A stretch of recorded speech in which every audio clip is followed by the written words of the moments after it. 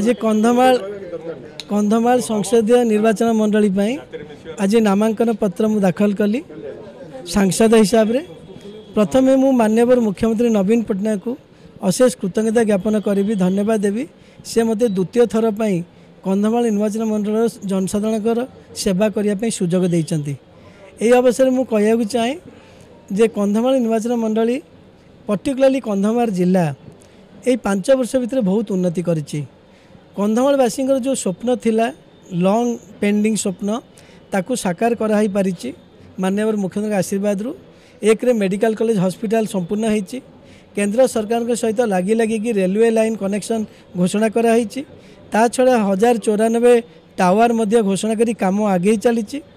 एवं मु 2019 रे कहूली जे माननीय मुख्यमंत्री जे विकास पुरुष तांकर सर्वांगीन विकास जोगु कंधमाल जिला आकांक्षा जिला 97 थिला से आसिक 6-7 रे पहुँची।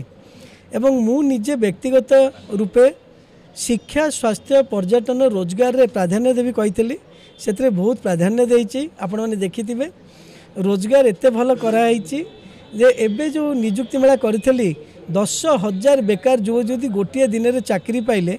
या आगुरी मध्य मु 2020 गोटे नियुक्ति मेला करी जो 7,000 बेकार युवती चाकरी पाइले। ता छड़ा विभिन्न समय विभिन्न जगार जी मो संस्पर्श आसती मुझे चाकरी जोगाई दिए। एवं आपने जानिथिबे जे 7टा निर्वाचन मंडली आसेम्बली 7टी उन्नत धरणर 100 बेडेड हॉस्पिटल तैयारी काम बहुत जोर आगे चलती। तेणु खेल कूद हो शिक्षा स्वास्थ्य हो पर्यटन हो रोजगार हो एसबू काम 5 वर्ष भितर राज्य सरकार तरफ जी कराई मुझे से किसी आड करची। यही अवसर में कहूँ चाहे आज कंधमालवासी जनसमर्थन तांकर आशीर्वाद तांकर सहयोग मु कामना करुच्ची। जहाद्वारा आगामी 5 वर्ष भितर आमे समस्त विधायक मानक साहाय्य एवं माननीय मुख्यमंत्री आशीर्वाद रे 5टी अध्यक्ष तत्वावधान रे कंधमाल जिला को एक डेवलप डिस्ट्रिक्ट रे परिणत करने प्रयास जारी रखीचु जारी रखिबू।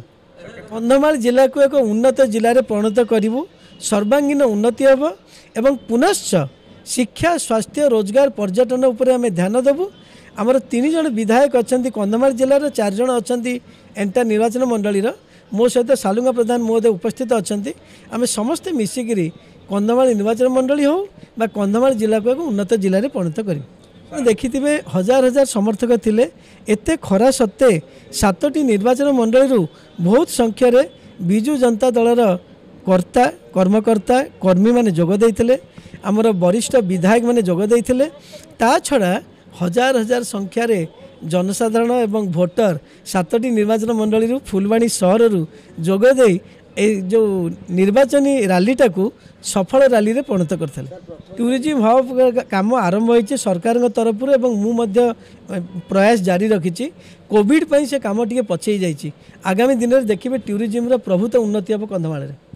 एबे आज आम कंधमाल फुलवाणी निर्वाचन मंडल विधायक प्रार्थी श्रीमती जयश्री कंहर प्रार्थी पत्र दाखल करछंती।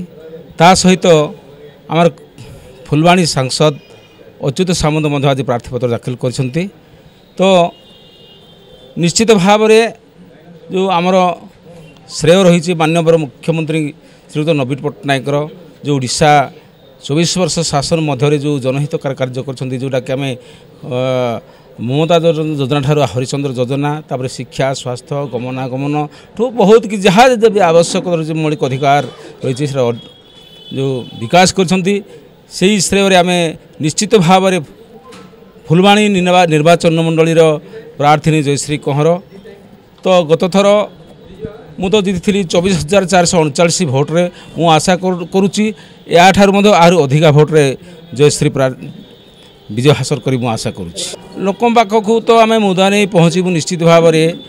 तो माननीय मुख्यमंत्री जो अनेक गुड़े योजना करगुड़िक कि भाया पहुँची माननीय मुख्यमंत्री विशेषकर जो माँ मानक जो अनेक गुड़ी योजना करगुड़ाक नहीं आम लोक पाखक मुदा पहुँचाबू तापर जहाँ वर्तमान काम बकाया रही एगुड़ा केमती परिपूर्ण हो आग को आहरी अधिक काम त्वरान्वित हो पार ये नहीं कि आम निश्चित भाव में पहुँचबू अधिक भोट्रे आम विजय हासिल कर तो विधायक सांसद आम कंधमाल अनेक किसी जनहित हितकर कार्य कर निज प्रचेषार अनेक किसी कर विधायक सांसद अनेक भोट्रे जी विजय हासिल करेंगे।